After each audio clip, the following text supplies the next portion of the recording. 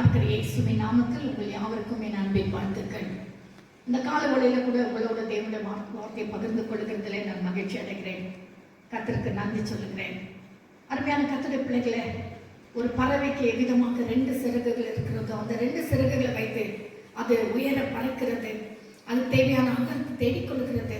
ஒரு இடத்துல இன்னொரு இடத்துல அது தான் போய் ஆகாரத்தை தேடிக்கொள்கிறது. அது போலதான் ஒரு கர்த்தருடைய பிள்ளையோட வாழ்க்கையில ஜெபமும் வேத வாசிப்பும் 2ம் சரியா இருக்க வேண்டும்.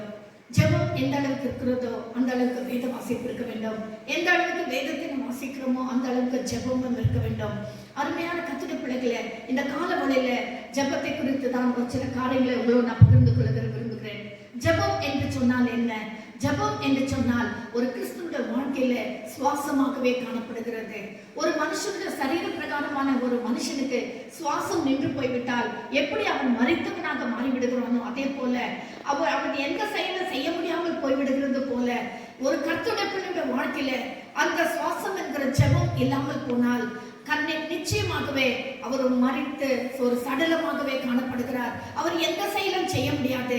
ஆனபடினால் கர்த்தருடைய பிள்ளையோட வாழ்க்கையில ஜெபம் ஒரு சுவாசமாகவே காணப்பட வேண்டும். இரண்டாவதாக சாலமன் ரிக்வெஸ்ட் டு காட், அதாவது நம்முடையதான ஆராதனைக்கு அந்த ஜெபம் தான் மூளைக்கோலா இருக்க வேண்டும். நம்முடையதான வேண்டுதல் விண்ணப்பங்களை தெரிவிக்கிறது தான் ஜெபம். மூன்றாவதாக a dialogue between God and his children, தேவனுக்கும் கர்த்தருடைய பிள்ளைக்கும் நடுவே இருக்கிறதான ஒரு சம்பாஷணை, ஒரு உறவாடல் தான் இந்த ஜெபம். நான்காவதாக is communicating with God, தேவனோடு நாம் தொடர்பு கொள்ளுகிறது, தேவனோடு ஐக்கியம் கொள்ளுகிறது தான் இந்த ஜெபம். அருமையான கர்த்தருடைய பிள்ளை, அதேதான் 1 சாமுவேல் 1ஆம் அதிகாரம் 15ஆம் வசனத்துல 16ஆம் வசனத்துல வாசிக்கிறோம். அன்னாள் தன் உள்ளத்தை ஊற்றிவிட்டாள் என்று சொல்லி பார்க்கிறோம். அண்ணால் அவளுக்கு இருந்ததான வியாகுலம், அவளுக்கு இருந்ததான துக்கம், அந்த அம்மாவுக்கு இருந்ததான மன கஷ்டங்கள், கிளேசங்கள் எல்லாவற்றையும் தேவ சமூகத்துல போய் ஊற்றிவிட்டாள் என்று சொல்லி பார்க்கிறோம். அதுதான் ஜெபம். ஜெபம் என்று சொன்னால் தேவ சமூகத்துல நம்ம எல்லா காரியங்களையும் வைக்கிறது, ஊற்றி விடுகிறது தான் ஜெபம். இந்த ஜெபம் நம்ம எல்லாரும் ஜெபிக்கிற பிள்ளைகள் தான். ஜெபம் இல்லாம யாரும் இருக்கிறதுல கர்த்தருடைய பிள்ளைகள். ஆனால் இந்த நாட்களில், இந்த கொரோனா வைரஸ் இந்த கடைசி நாட்களில் இருக்கிறதுனால இந்த COVID-19 இல்ல குவாரண்டைன் எந்த விதமான காரியல வீட்டில் அடைப்பட்டிருக்கிற நம்முடைய வாழ்க்கையில ஒரு ஜெபத்துக்கு ஒரு வல்லமை காணப்பட வேண்டும். நம்ம இன்னும் அதிகமாக வல்லமையா ஜெபிக்கிற பிள்ளைகளா இருக்க வேண்டும் என்று சொன்னால் முதலாவதாக it is increased by a righteous man. ஒரு நீதிமானுடைய ஜெபம் தான் தேவ சமூகத்துல மிகவும் பலனுள்ளதா இருக்கிறது. யாக்கோபின் புத்தகம் 5ஆம் அதிகாரம் 16ஆம் வசனத்துல வாசிக்கிறோம். யாக்கோபின் 5ನೇ ಅಧ್ಯಾಯ 16ನೇ ವಚನದಲ್ಲಿ ನೋಡ್ತೇವೆ. James, the book of James chapter 5 verse 16 says, நீங்கள் சொஸ்தம் அடையும்படிக்கு உங்கள் குற்றங்களை ஒருவருக்கு ஒருவர் அறிக்கையிட்டு ஒருவருக்காக ஒருவர் ஜெபம் பண்ணுங்கள். நீதிமான் செய்யும் ஊக்கமான வேண்டுதல் மிகவும் பலனுள்ளதா இருக்கிறது என்று சொல்லி பார்க்கிறோம். நம்ம எல்லாரும் பாவிகள் தான், நம்ம எல்லாரும் குறைகள் உள்ளவர்கள், குற்றங்கள் நிறைந்தவர்கள். ஆனால் இயேசு கிறிஸ்துவின் ரத்தம் சகல பாவங்களை நீக்கி நம்ம சுத்திகரிக்கும் என்று சொல்லி 1 யோவான் 1ஆம் அதிகாரம் 7ஆம் வசனத்துல வாசிக்கிறபடியே நாம் தேவ சமூகத்துல வரும்போதெல்லாம் ஆண்டவரே நீர் என்னை நீதிமான் ஆக்கும் என்று சொல்லி அவருடைய சமூகத்துல காத்திருந்து இந்த குறைகளை அறிக்கையிடும் போது கர்த்தர் நம்மை நீதிமான்களாக மாற்றுகிறார். அருமையான கர்த்தருடைய பிள்ளைகளே, சங்கீதம் 34ஆம் அதிகாரம் 15ஆம் வசனத்துல வாசிக்கிறோம். கீர்த்தனை புத்தகத்திலே 34:15 ನೋಡುತ್ತೇವೆ. Book of Psalms chapter 34 verse 15 says, நீதிமான் கர்த்தருடைய கண்கள் நீதிமான்கள் மேல் நோக்கமா இருக்கிறது, அவருடைய செவிகள் அவர்கள் கூப்பிடுதலுக்கு திறந்திருக்கிறது என்று சொல்லி பார்க்கிறோம். நீதிமான்கள் கூப்பிடும்போது கர்த்தருடைய செவிகள் திறந்திருக்கிறது, நீதிமான்கள் மேல் கர்த்தருடைய கண்கள் நோக்கமா இருக்கிறது என்று சொல்லி பார்க்கிறோம். இன்னும் அந்த சங்கீதம் 34ஆம் அதிகாரம் 17ஆம் வசனத்துல வாசிக்கிறோம். நீதிமான்கள் கூப்பிடும் போது கர்த்தர் கேட்டு அவர்களுடைய எல்லா பத்திரங்களுக்கும் நீங்களாக்கி விடுகிறார் என்று சொல்லி பார்க்கிறோம். நீதிமான்களாக மாற்றப்பட்டவர்களாக இயேசுவின் ரத்தத்தினால ஒவ்வொரு நாளும் கழுவப்பட்டவர்களாக நாம் கர்த்தரை நோக்கி கூப்பிடும் பொழுது நிச்சயமாகவே கர்த்தர் நம் ஜெபத்துக்கு, நம்முடைய உபத்திரங்களுக்கு நம்மை நீங்களாக்கி விடுவிக்கிற தேவனா இருக்கிறார். அதே யாக்கோபின் புத்தகத்துல 5ஆம் அதிகாரம் 17ஆம் வசனத்துல வாசிக்கிறோம். ಯಾಕೋಬನ 5ನೇ ಅಧ್ಯಾಯ 17ನೇ ವಚನದಲ್ಲಿ ನೋಡುತ್ತೇವೆ. The book of James chapter 5 verse 17 says, எலியா என்பவன் நம்மை போல பாடுள்ள மனுஷனா இருந்தும் மழை பெய்யாத படிக்கு கருத்தாய் ஜெபம் பண்ணினான். அப்பொழுது 3 வருஷமும் 6 மாதமும் பார்க்கிறோம், பூமியின் மேல் மழை பெய்யவில்லை. ஆம், எலியா நம்மை போல ஒரு பாடுள்ள மனுஷன் தான். ஆனால் அவன் ஒரு நீதிமான். அவன் நீதிமான் செய்ய ஊக்கமான வேண்டுதல் என்று சொல்லி 16ஆம் வசனத்துல வாசித்தோம். அதுதான் இந்த 17ஆம் வசனத்துல எலியா என்பவன் அவன் செபித்தான், மழை பெய்யக்கூடாது என்று சொல்லி செபித்தான். கர்த்தர் அவன் சொற்படியே கர்த்தர் செய்தார். அவன் என்ன செபித்தானோ கர்த்தர் அதுபடியே செய்து 3 வருஷமும் 6 மாதமும் பூமியின் மேல் மழை பெய்யாமல் செய்தார். அருமையான தேவ ஜனமே, இந்த நாட்களிலே ஒரு நீதிமான்களாக்கப்பட்டவர்களாக நாம் கர்த்தருடைய சமூகத்தில் செபிக்கிற வழியிலே நிச்சயமாகவே கர்த்தர் நம் ஜெபத்தை கேட்பார். அதே யோசுவாவின் புத்தகம் யோசுவா 12 14 ವಚನ ವರೆಗೂ the book of Joshua chapter 10 verse 12 to 14 says, யோசுவா கர்த்தரை நோக்கி பேசின பின்பு இஸ்ரவேலின் கண்களுக்கு முன்பதாக சூரியனே நீ கிபியோன் மேலும் சந்திரனே நீ ஐலோன் பள்ளத்தாக்கின் மேலும் தரித்து நில் என்று சொன்னான். அது அப்படியே நடந்தது என்று சொல்லி பார்க்கிறோம். 13ஆம் வசனத்துல வாசிக்கிறோம், அவன் என்ன செபித்தானோ அது அப்படியே நடந்தது என்று சொல்லி பார்க்கிறோம். 14ஆம் வசனத்துல வாசிக்கிறோம், கர்த்தர் ஒரு மனிதனுடைய சொல் கேட்ட அந்நாள் ஒத்த நாள், அதற்கு முன்னும் இல்லை அதற்கு பின்னும் இல்லை, கர்த்தர் இஸ்ரவேலுக்காக யுத்தம் பண்ணினார்.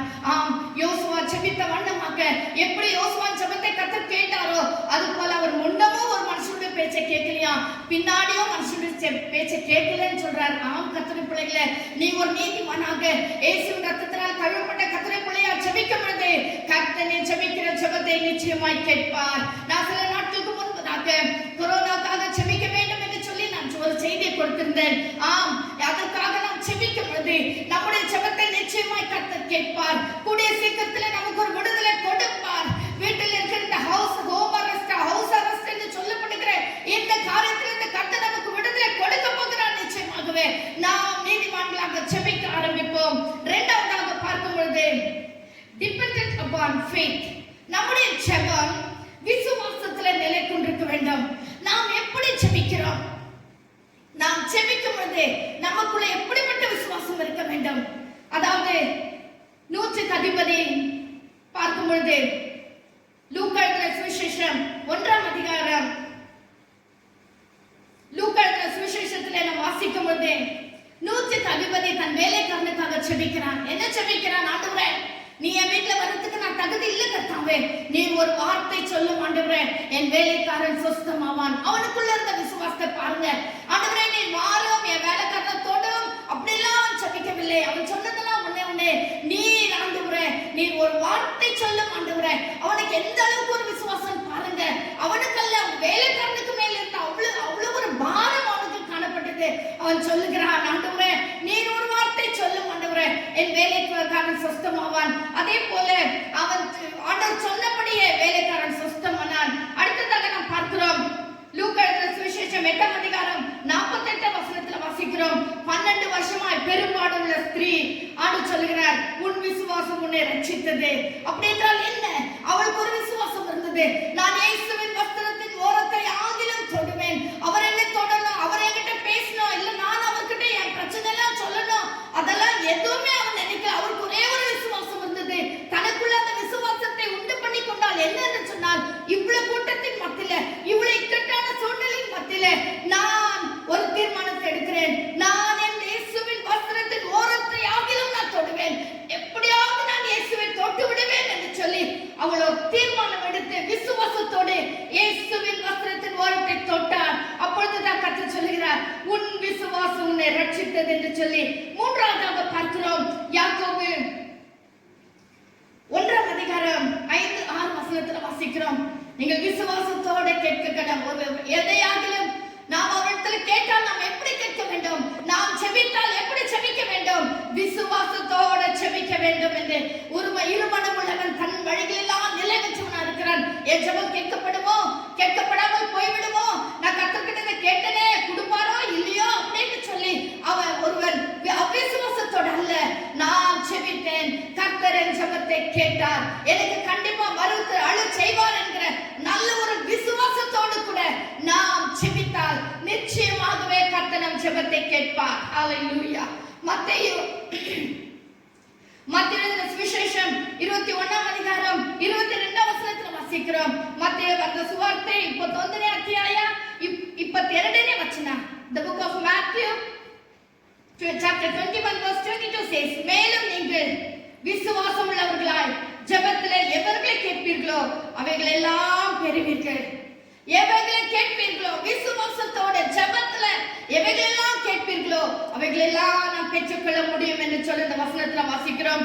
இன்னுமாக யாக்கோபின் புத்தகம் the book of James chapter 5 verse 15 says, விசுவாசம் உள்ள ஜெபம் பிணியாளியை ரட்சிக்கும். ஹalleluya. வியாதிஸ்தர்களுக்காக நாம் விசுவாசத்தோட ஜெபிக்கும் போது வியாதிஸ்தர்கள் சுகமடைவார்கள், பிணியாளிகள் சுகமடைவார்கள். இன்னுமாக அதாவது பழைய புதிய ஏற்பாட்டுல வாசிக்கிறோம், எபிரேயர் 11ஆம் அதிகாரத்துல விசுவாசத்தினாலே காயின், ஏனோக்கு, ஆபிரகாம், ஈசாக்கு, யாக்கோபு, மோசே, யோசேப்பு அவர்கள் எல்லாரும் விசுவாசத்தினால் அநேக காரியங்களை தங்கள் வாழ்க்கையில ஜெயித்து கொண்டார்கள், பெற்றுக் கொண்டார்கள் என்று சொல்லி பார்க்கிறோம். இன்றைக்கு நம்முடைய விசுவாசம் மத்தேயு சுவிசேஷத்துல வாசிக்கிறோம், கடுகளவு விசுவாசம் நமக்கு இருந்தால் இந்த மலையை பெயர்ந்த சமுத்திரத்துல தள்ளுண்டு போன்னு சொன்னால் அது அப்படியே ஆகும் என்று சொல்லி வாசிக்கிறோமே. நம்முடைய விசுவாசம் எப்படிப்பட்டதா இருக்கு? ஏன் இந்த நாட்களில் நமக்கு விசுவாசம் இல்லாமல் போனது? சீஷர்களை பார்த்து கர்த்தர் கேட்கிறார், ஏன் உங்களுக்கு விசுவாசம் இல்லாமல் போயிற்று? இந்த வர பிரச்சனைகளை பார்த்து, துக்கங்களை பார்த்து, இக்கட்டான சூழ்நிலைகளை அனுபவிக்கிற இந்த நாட்களிலே நமக்கு ஏன் விசுவாசம் இல்லாமல் போய் விடுகிறது? நம்மை அழைத்த ஆண்டவர் உண்மை உள்ளவர் அல்லவா? அவர் நம்மை அழைத்தவர் கடைசி வரைக்கும் நடந்தவர் வல்லவராக இருக்கிறார் அல்லவா? அவர் சொல்லுகிறார், நான் உங்களை உள்ள கரத்தில் வரைந்து வைத்திருக்கிறேன். ஹalleluya. ஒருவரும் என் கரத்திலிருந்து உங்களை பறித்துக் கொள்ள முடியாது என்று சொல்லுகிறார். ஆம் கர்த்தருடைய பிள்ளைகளே, விசுவாசத்தை நாம் விட்டுவிட வேண்டாம், விசுவாசத்தில் நாம் தளர்ந்து போக வேண்டாம், விசுவாசத்தை கெட்டியா நாம் பிடித்துக் கொள்வோம். அவர் தான் நம்முடைய விசுவாசத்தை துவக்கிறவரும் முடிக்கிறவருமாய் காணப்படுகிறார். எபிரேயர் 2ஆம் அதிகாரம் 1ஆம் வசனத்துல வாசிக்கிறோம், 11ஆம் அதிகாரம் 1ஆம் வசனத்துல வாசிக்கிற வண்ணமாய் இந்த நாட்களிலே விசுவாசத்தை காத்துக் கொள்வோம். எதை கேட்டாலும் விசுவாசத்தோடு கேட்போம், விசுவாசத்தோடு ஜெபிப்போம். நிச்சயமாகவே கர்த்தர் நம்முடைய ஜெபத்தை கேட்டு நமக்கு மறுதருள் செய்கிற தேவனாய் காணப்படுகிறார். மூன்றாவதாக, unlimited to those who abide in Christ. அதாவது நம்முடைய வாழ்க்கையில நம்முடைய ஜெபத்திற்கு ஒரு வல்லமை காணப்பட வேண்டுமானால் நாம் கிறிஸ்துவுக்குள்ளே நிலைத்திருக்க வேண்டும், கிறிஸ்துவுக்குள்ளே நிலைத்திருக்க வேண்டும். அதாவது கிரேக்க பதத்துல abide என்று சொன்னால் to remain, to continue, அதாவது அதிலே தரித்திருக்க வேண்டும், அங்கே நிலைத்திருக்க வேண்டும். நம்முடைய விசுவாசம் தொடர்ந்திருக்க வேண்டும், நம்முடைய ஜெபம் தொடர வேண்டும், நம்முடைய பரிசுத்த வாழ்க்கை தொடர வேண்டும், நம்முடைய ஆவிக்குரிய பக்தி வைராக்கியம் தொடர வேண்டும். கர்த்தருடைய பிள்ளைகளே, நாம் என்னவோ இன்னைக்கு கிறிஸ்துக்குள்ளா இருந்தேன், நாளைக்கு கிறிஸ்து விட்டு வெளியே போயிட்டேன், அவர் என்ன தூரமா போயிட்டேன், இன்னைக்கு ஜெபிக்கல, இன்னைக்கு ஜெபிக்காம நான் கர்த்தருடைய தூரமா போயிட்டேன், அப்படி அல்ல. ஒவ்வொரு நாளும் கிறிஸ்துக்குள்ள வாழ்கிற பிள்ளைகளாக நாம் இருக்க வேண்டும்.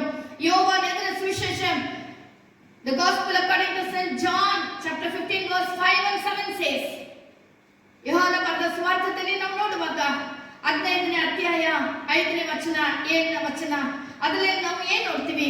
நிலைத்திருங்கள், நிலைத்திருக்க வேண்டும். எப்படி ஒரு கொடியானது தன் மரத்துல எப்படி நிலைத்திருக்கிறதோ, ஒருவேளை நமக்கு எல்லாருக்கும் தெரியும், ஒரு மரத்துல இருந்து ஒரு கிளை உடைந்து நான் அப்படியே பொங்கிக்கிட்டு இருந்துச்சுன்னா அது சில நாட்களான உடனே அது அப்படியே காய்ந்து ஒன்றுமில்லாமல் தானா விழுந்து விடும். ஏன்? அது அந்த மரத்தோடு கூட இணைக்கப்படவில்லை, அந்த மரத்தோடு கூட அது சேர்க்கப்படவில்லை, அந்த மரத்தோடு கூட அது ஒட்டி கொள்ளவில்லை, தனிமையாக காணப்படுகிறது. இன்னைக்கு கிறிஸ்துவுக்குள்ளே நாம் நிலைத்திருந்தால் நாம் எதை கேட்டாலும் அதை அவர் நமக்கு செய்கிற தேவனா இருக்கிறார். நம்முடைய ஜெபத்துக்கு வல்லமை வர வேண்டுமானால் நாம் கிறிஸ்துவோடு கூட நிலைத்திருக்க வேண்டும். We should abide in Christ, we should remain in Christ, we should continue in Christ. கிறிஸ்துவுக்குள்ளாக நாம் அப்படி இருக்கும் பொழுது நிச்சயமாகவே கர்த்தர் நம் ஜெபத்தை கேட்பார். பேதுரு யோவானை குறித்து நம்ம வாசிக்கிறோம். அப்போஸ்தலர் 3ஆம் அதிகாரம் முழுவதுமாக ஆரம்பத்திலே நாம் பார்க்கும்போது சொல்லுகிறார், அங்க ஒரு பிச்சைக்காரன் தேவாலயத்துடைய வாசலில் இருந்து பிச்சை கேட்டுக் கொண்டிருக்கிறான். முடவன், அவனுக்கு நடக்க முடியாது. ஆனால் பேதுரு யோவான தேவாலயத்துக்கு போகிற வழியில அவர்களை பார்த்து அவன் பிச்சை கேட்கிறான், ஏதாவது கிடைக்கும் என்று எதிர்பார்க்கிறான். அவர்கள் சொல்லுகிறார்கள், பேதுரு வெள்ளியும் பொன்னும் என்னிடத்தில் இல்லை, என்னிடத்தில் உள்ளதை உனக்கு தருகிறேன், நசரேயனாகிய இயேசுவின் நாமத்திலே நீ எழுந்து நட என்று சொல்லுகிறான். ஏன்? அவர்கள் இயேசுவிற்குள்ள கிறிஸ்துவுக்குள்ளாக நிலைத்திருந்தார்கள், கிறிஸ்துவுக்குள்ளாக நிலைத்திருந்தார்கள். ஆனபடினாலே தைரியமா சொல்லுகிறார்கள், எப்பேற்பட்ட வியாதி, எப்பேற்பட்ட சூழ்நிலை, எப்பேற்பட்ட காரியம் என்று பார்க்காதபடிக்கு அவர்கள் தைரியமா சொல்றாங்க, நீ எழுந்து நட, இயேசுவின் நாமத்திலே எழுந்து நட. இன்னைக்கு இயேசுவின் நாமத்திலே நமக்கு ஜெயம் கொடுக்கிற தேவனுக்கு ஸ்தோத்திரம் உண்டாகட்டும். இயேசுவின் நாமத்திலே நாம் எதை கேட்டாலும், எதை சொன்னாலும் அதுல ஒரு வல்லமை உண்டு. ஏன்? நம் கிறிஸ்துவுக்குள்ள நிலைத்திருக்கிற வேளையில, நாம் கிறிஸ்துவுக்குள்ள நிலைத்திருக்கும் பொழுது நம்முடைய ஜெபத்துக்கு ஒரு வல்லமை. அவன் அந்த முடவன், அவன் எழுந்தான், குதித்தான், நடந்தான், ஓடினான் என்று சொல்லி பார்க்கிறோம். ஆம், அவனும் தேவாலயத்துக்குள்ளே போனான். இன்றைக்கு கர்த்தருடைய பிள்ளைகளா இருக்கிற நம்முடைய வாழ்க்கையில, நம்முடைய ஜெபத்துல நாம் கிறிஸ்துவுக்குள்ள நிலைத்திருந்தால் நம்முடைய ஜெபம் வல்லமுள்ள ஜெபமாக மாறும். அடுத்ததாக நாம் பார்க்கிறோம், to be most effective should be accompanied with praise. நம்முடைய ஜெபத்துல, நம்முடைய ஜெபம் ஒரு வல்லமுள்ள ஜெபமா இருக்க வேண்டுமானால் நம்முடைய ஜெபத்துல அதிகமாய் துதி காணப்பட வேண்டும். வெறும் கண்ணீரோட ஜெபிக்கிறது மட்டும் அல்ல, வெறும் நம்முடைய குறைச்சல் எல்லாம் ஆண்டவர்கிட்ட சொல்றது மட்டும் அல்ல, நம்முடைய ஜெபத்துல ஒரு துதி காணப்பட வேண்டும். ஏனென்றால் துதிகள் மத்தியில கர்த்தர் வாசம் பண்ணுகிற தேவன். நாம் துதிக்க துதிக்க, ஹalleluya, நம்முடைய ஜெபத்துல துதியை அதிகரிக்க அதிகரிக்க, நாம் ஆண்டவரை போற்ற போற்ற, அவருடைய நாமத்தை மகிமைப்படுத்த படுத்த கர்த்தர் இறங்கி வந்து விடுவார். ஹalleluya. அவருடைய வசனம் வானத்தில் ஆனாலும் பூமியில் ஆனாலும் துதிக்கிற கர்த்தருடைய பிள்ளைகள் மத்தியில கர்த்தர் வாசமாய் இருக்கிறார். ஹalleluya, ஹalleluya. அந்த சாலமோன் தேவாலயத்தில் இறங்கி வந்த கர்த்தர் இன்றைக்கு நீங்க ஜெபிக்கிற வேளையில, உங்கள் அறைகளில துதிக்கிற வேளையில, உங்கள் வீடுகளில குடும்பமாய் கர்த்தரை நோக்கி துதிக்கிற வேளையில ஆண்டவராகிய கர்த்தர் உங்கள் வீட்டுக்குள்ளே கடந்து வருவார். வந்து உங்கள் குறை சொல்லலாம், உங்கள் கட்டுகள் எல்லாம் உடைத்து உங்களை கர்த்தர் விடுதலையாக்கி உங்களை ஆசீர்வதிப்பார். அப்போஸ்தலர் 3ஆம் அதிகாரம், அப்போஸ்தலர் 16ஆம் அதிகாரம் 25-26 வசனங்கள். அப்போஸ்தலர் ಕೃತ್ಯದಲ್ಲಿ ನೋಡುತ್ತೇವೆ. 16ನೇ ಅಧ್ಯಾಯ 25-26ನೇ ವಚನ. Acts of Apostles chapter 16 verse 50, 25 and 26 says, பவுலும் சீலாவும் சிறைச்சாலையில கட்டப்பட்டவர்களாக இருக்கும் பொழுது அவர்களை கர்த்தரை நோக்கி துதித்தார்கள், அவர்களை கர்த்தரை நோக்கி பாடினார்கள். அவர்கள் முறுமுறுக்கவில்லை. ஏன் இந்த அடி, ஏன் இந்த இக்கட்டான சூழ்நிலை என்று சொல்லி முறுமுறுக்காமல் அவர்கள் கர்த்தரை நோக்கி துதிக்க ஆரம்பித்தார்கள், பாடினார்கள். துதிக்கிற வேளையில சிறைச்சாலையின் அஸ்திவாரங்கள் அசைந்தது என்று சொல்லி பார்க்கிறோம். அவர்கள் கட்டுகள் எல்லாம் கழண்டு போயிற்று என்று சொல்லி பார்க்கிறோம். அருமையான கர்த்தரை பிள்ளையே, உன்னுடைய ஜெபத்துல நீ அதிகமாக கர்த்தரை துதிக்கும் பொழுது கர்த்தர் உன் கட்டுகள் எல்லாம் உடைத்து போடுவார். உனக்கு இருக்கிற பிரச்சனைகள் எல்லாம் கர்த்தர் மாற்றி போடுவார். உனக்கு விரோதமா எழும்புகிற எல்லா சத்துருக்களையும் கர்த்தர் முறியடித்து போடுவார். ஏனென்றால் அவர் துதிகள் மத்தியில வாசமா இருக்கிற கர்த்தர். நீ துதிக்கிற வேளையில கர்த்தர் கடந்து வருவார். அவர் பரலோகத்தை விட்டு உன் அறைக்குள்ள அவர் கடந்து வருவார். உன்னோடு கூட அவர் சிறைச்சாலையில கடந்து வந்த வண்ணமாய் அவர் உனக்குள்ளே கடந்து வந்து உன் வீட்டுக்குள்ளே கடந்து வந்து தலைவருக்கு ஆடுகிற எல்லா பொல்லாத கிரியைகளை நிர்மூலமாக்கி போடுவார். கர்த்தருடைய பிள்ளையே, அதிகமாய் துதிக்க நாம் பழகிக் கொள்வோம். ஹalleluya. பழைய ஏற்பாட்டில் வாசிக்கிறோம், யோசுவா புத்தகத்தில் 7ನೇ ಅಧ್ಯಾಯ 20ನೇ ವಚನ. The book of Joshua chapter 7 verse 20. என்ன வாசிக்கிறோம்? இஸ்ரவேல் ஜனங்கள் கானான் தேசத்துக்கு பிரவேசிக்க முடியாமல் காணப்பட்டதான எரிகோ மதிலுக்கு முன்பதாக ஆண்டவர் சொன்னபடியே அவர்கள் ஒவ்வொரு நாளும் 7 நாள் சுற்றி வந்தார்கள். எப்படி சுற்றி வந்தார்கள்? முறுமுறுப்போடு அல்ல, தேவனை துதித்தார்கள், எக்காலங்களை ஊதினார்கள், ஸ்தோத்திர பலிகளை ஏறெடுத்துக் கொண்டே சுற்றி சுற்றி வந்தார்கள். 7வது நாள் 7வது முறை சுற்றி வருகிற வழியில எரிகோவின் மதில் அவர்களுக்கு விரோதமாய் விழுந்தது. ஹalleluya. அருமையான தேவ ஜனமே, இன்றைக்கு உங்க வாழ்க்கையில காணப்படுகிற பிரச்சனைகள், உன் வாழ்க்கையில காணப்படுகிறதான போராட்டங்கள், ஒருவேளை தவிர்க்க முடியாத சில காரியங்கள், ஒருவேளை தீராத வியாதி, எதுவா இருந்தாலும் சரி, நீ கர்த்தரை அதிகமா துதித்து பார், கர்த்தருக்கு அதிகமா நன்றி சொல்லி பார், கர்த்தருக்கு நன்றி நிறைந்த உள்ளத்தோடு கர்த்தரை பாடி மகிழ்ந்து பார். நிச்சயமாய் கர்த்தர் உனக்கு விரோதமா இருக்கிற எல்லாவற்றையும் கர்த்தர் மடங்கடிப்பார். ஹalleluya, ஹalleluya. தேவனாகிய கர்த்தர் வாழ்க்கையில பெரிய காரியங்கள் செய்வார். அடுத்ததாக நாம் பார்க்கிறோம், it should be according to his will. நாம் ஜெபிக்கிற வழியில அது தேவனுடைய சித்தத்தின்படி இருக்க வேண்டும். தேவன் என்ன நினைக்கிறார்? ஹalleluya. தாவீது குறித்து கர்த்தர் சொல்கிறார், தாவீதை நிறுத்தத்துக்கு ஏற்றவன் என்று சொல்லி அப்போஸ்தலர்ல வாசிக்கிறோம். ஆம் கர்த்தருடைய பிள்ளைகளே, நாம் தேவனுக்கு பிரியமான பிள்ளைகளாக, உண்மையாகவே தேவனுடைய சித்தத்தை நிறைவேற்றுகிற பிள்ளைகளாக, நாம் தேவனுடைய சித்தத்துக்கு ஏற்ற பிள்ளைகளாக இருப்போம் என்று சொன்னால், அவருடைய இருந்தத்துக்கு நிச்சயமாகவே நாம் அவர் என்ன நினைக்கிறாரோ அதன்படி செபிப்போம். இயேசுவானவர் கூட கெத்செமனே தோட்டத்தில் இருக்கும்போது அவர் சொல்லுகிறார், பிதாவே என் சித்தமல்ல உன் சித்தமானால் இந்த பாத்திரம் என்னை விட்டு நீங்கும்படி செய்யும் ஆண்டவரே என்று சொல்லுகிறார். அப்படியானால் நாம் ஒவ்வொருவரும் அவருடைய சித்தத்தின்படி ஜெபிக்க நாம் கற்றுக்கொள்ள வேண்டும். 1 யோவான் 5ஆம் அதிகாரம் 14ஆம் வசனம். 1 யோவான் 5ನೇ ಅಧ್ಯಾಯ 14ನೇ ವಚನ. The book of 1 John chapter 5 verse 14 says, நாம் எதையாவது அவருடைய சித்தத்தின்படி கேட்டால் அவர் நமக்கு செவி கொடுக்கிறார் என்றதே அவரை பற்றி நாம் கொண்டிருக்கிற ஒரு பெரிய தைரியம். அதுதான் பிள்ளைகளே, நாம் அவரை பற்றி இருக்கிற தைரியம் என்னன்னா, நாம் அவருடைய சித்தத்தின்படி எதையாவது கேட்டால் அவர் நமக்கு செவி கொடுக்கிறார். ஹல்லேலூயா. இந்த நாட்களிலே செபிக்கிறது மட்டுமல்ல, நம்முடைய செபத்துல ஒரு பெரிய வல்லமை காணப்படட்டும். எலியாவை போல நீதிமானுடைய ஜெபமாய் மாற்றப்படட்டும். யோசுவா போல நாம் செபிக்க ஆரம்பிப்போம். அடுத்ததாக நாம் விசுவாசத்தோடு செபிப்போம். நாம் மூன்றாவதாக கிறிஸ்துவுக்குள்ள நிலைத்திருக்கிற பிள்ளைகளா செபிப்போம். நான்காவதாக நாம் துதித்தலோடு கூட நம் செபத்தில் அதிகமாய் துதி காணப்படட்டும். இன்னும் அநேக காரியங்களை நான் விளக்க முடியும். நான் சுருக்கமா சொல்லிக் கொண்டு போகிறேன். நாம் துதிக்கும் பொழுது ஹல்லேலூயா, துதிக்கிற வழியில கர்த்தர் எல்லா கட்டுகளை உடைத்து விடுவார். ஒரு பெரிய காரியம் செய்யணும், ஓசரித்து செபிக்க வேண்டாம். ஆனா நீங்க துதித்து பாருங்க, கர்த்தரை மகிமைப்படுத்தி பாருங்க, எல்லா கட்டுகளும் உடையும். கடைசியாக அவருடைய சித்தத்தின்படி செபிக்க கர்த்தர் நமக்கு அருள் செய்வாங்க. அவருடைய சித்தம் என்ன என்பதை ஆவியானவர் நமக்கு உணர்த்துவாராக, நமக்கு சொல்லி தருவாராக. அவருடைய சித்தம் எல்லாம் வேதத்துல சொல்லப்பட்டிருக்கிறது. வேதத்துள்ள ரகசியங்களை அதிகமாய் படிப்போம். ஒரு பறவைக்கு எவ்விதமாய் அந்த 2 சிறகுகள் மூலமா அந்த பறவை எப்படி உயரத்துல பறக்கிறதோ அதே போல வேத வாசிப்போம், அதை கேட்டாற் போல செபிப்போம்.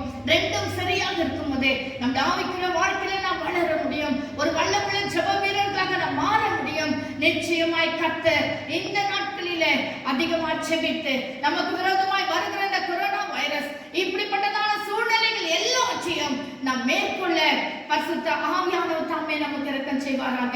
நம்ம எல்லாரும் கண்களை மூடி செபிப்போம். நேற்றும் இன்றும் என்றும் மாறாதிருக்கிற எங்கள் ஜீவனுள்ள பிதாவே, இந்த அருமையான காலவளைக்கு நன்றி ராஜா. அப்பா, நாங்கள் செபிக்கிற பிள்ளைகள் தான் ஆண்டவரே, ஆனால் எங்கள் ஜெபம் அனல் இல்லாம குளிர் இல்லாம இருக்கிறது ஆண்டவரே. அதுல ஒரு கர்த்தாவே ஸ்தோத்திரம், ஒரு வல்லமில்லாத ஒரு ஜெபமாய் காணப்படுகிறது ராஜா. இந்த நாட்களிலே ராஜா, ஒரு நீதிமான்களுடைய எலியாவை போல நீதிமான் செய்ய ஊக்கமான வேண்டுதல் மிகவும் பலனுள்ளதா இருக்குன்னு சொன்னீரே. அப்படிதான் ஆண்டவரே எங்க ஜெபம் ஆண்டவரே ஒரு பலனுள்ள ஜெபமாய் மாற்ற ஆண்டவரே, சத்துருக்களை முறியடிக்கிற ஜெபமாய் மாற்ற ஆண்டவரே, எலியாவை போல வானத்திலிருந்து அக்கினி கொண்டு வருகிற ஜெபமாய் மாற்ற ஆண்டவரே ராஜா. அப்பா, எங்க ஜெபத்துல விசுவாசம் இருக்கட்டும் சுவாமி. விசுவாசம் இல்லாமல் ஆண்டவரே உங்களை பிரியப்படுத்த முடியாதே ராஜா. விசுவாசத்தோடு ராஜா அப்பா நாங்கள் செபித்து அநேக ஆசீர்வாதங்கள் பெற்றுக்கொள்ள எங்களுக்கு உதவி செய்யும். எங்களுக்குள்ள இருக்கிற அவிசுவாசத்தை மாற்ற ஆண்டவரே. அப்பா, நாங்கள் அதிகமாய் சோர்ந்து போயிருக்கிறோம் ராஜா, அதிகமாய் துக்கத்தோடு காணப்படுகிறோம் ஆண்டவரே. எங்க விசுவாசம் குறைந்து போகாது பிடிக்க ராஜா, எங்கள் விசுவாசத்தை வர்த்திக்க பண்ணுவீராக. என்னை கேட்டுக்கொண்டு இருக்கிறதா அருமையான கர்த்தருடைய பிள்ளைகளோ வாழ்க்கையில கூட ஒரு பெரிய மன மகிழ்ச்சி, ஒரு பெரிய ஆண்டவரே உற்சாகத்தையும் ஆர்வத்தை கொடுப்பீராக ராஜா. அன்பின் ரட்சகா, இந்த நாட்களிலே நீர் மகிமையான காரியங்களை ஒவ்வொரு கேட்கிற ஒவ்வொருடைய வாழ்க்கையில செய்வீராக ராஜா. துதியை தாரும் ஆண்டவரே. நன்றி நடந்த பிள்ளைகள் அதிகமாமே துதிக்க, ஆராதிக்க கிருபை தாரும் ஆண்டவரே. அது மாத்திரமல்ல, உம் சித்தத்தின்படியே நாங்கள் செபிக்கிற பிள்ளைகளை எங்களை மாற்றும் ஐயா. ஜெப வீரர்களை எங்களை மாற்றும் ஆண்டவரே. என் சித்தம் அல்ல உம் சித்தம் ஆண்டவரே. நீர் செபித்த வண்ணமாய் நீர் எங்களுக்கு முன்மாதிரியா இருக்கிறீர்கள் ராஜா. அதே போல நாங்களும் உங்க சித்தத்தின்படியே செபிக்க, இந்த கரத்தில் அர்ப்பணிக்கப்பட்ட பிள்ளைகளா செபிக்க எங்களுக்கு கிருபை தாரும் ஆண்டவரே. ஜெபமே எங்களுக்கு ஜெயமையா, ஜெபமே எங்களுக்கு ஜெயமாய் மாறட்டும் ஆண்டவரே. ஜெபித்து அநேக காரியங்களை மேற்கொள்ள எங்களுக்கு கிருபை தாரும். என கேட்கிற எல்லா கர்த்தருடைய பிள்ளைகளை நீர் ஆசீர்வதிப்பீராக ஆண்டவரே. ஸ்தோத்திர வாழ்க்கையிலே ஆண்டவரே ஒரு ஆர்வத்தை நீ கொடுத்தல்லும் ஆண்டவரே. அப்பா, ஒரு நல்ல தீர்மானங்களை எடுக்க உதவி செய்யும். எங்களை தாழ்த்தி அன்பின் கரத்தில் ஒப்பு கொடுக்கிறோம். துதி கன மகிமை நாங்கள் உமக்கே செலுத்துகிறோம். இயேசுவின் நாமத்தில் ஜெபிக்கிறோம் எங்கள் ஜீவனுள்ள பிதாவே. ஆமென், ஆமென், ஹல்லேலூயா. நிச்சயமாகவே கர்த்தர் இந்த வசனங்களை கொண்டு நம்மை ஆசீர்வதிப்பாராக. நாம் ஜெபிப்போம், ஆசீர்வாதமாய் மாற்றப்படுவோம். ஆமென்.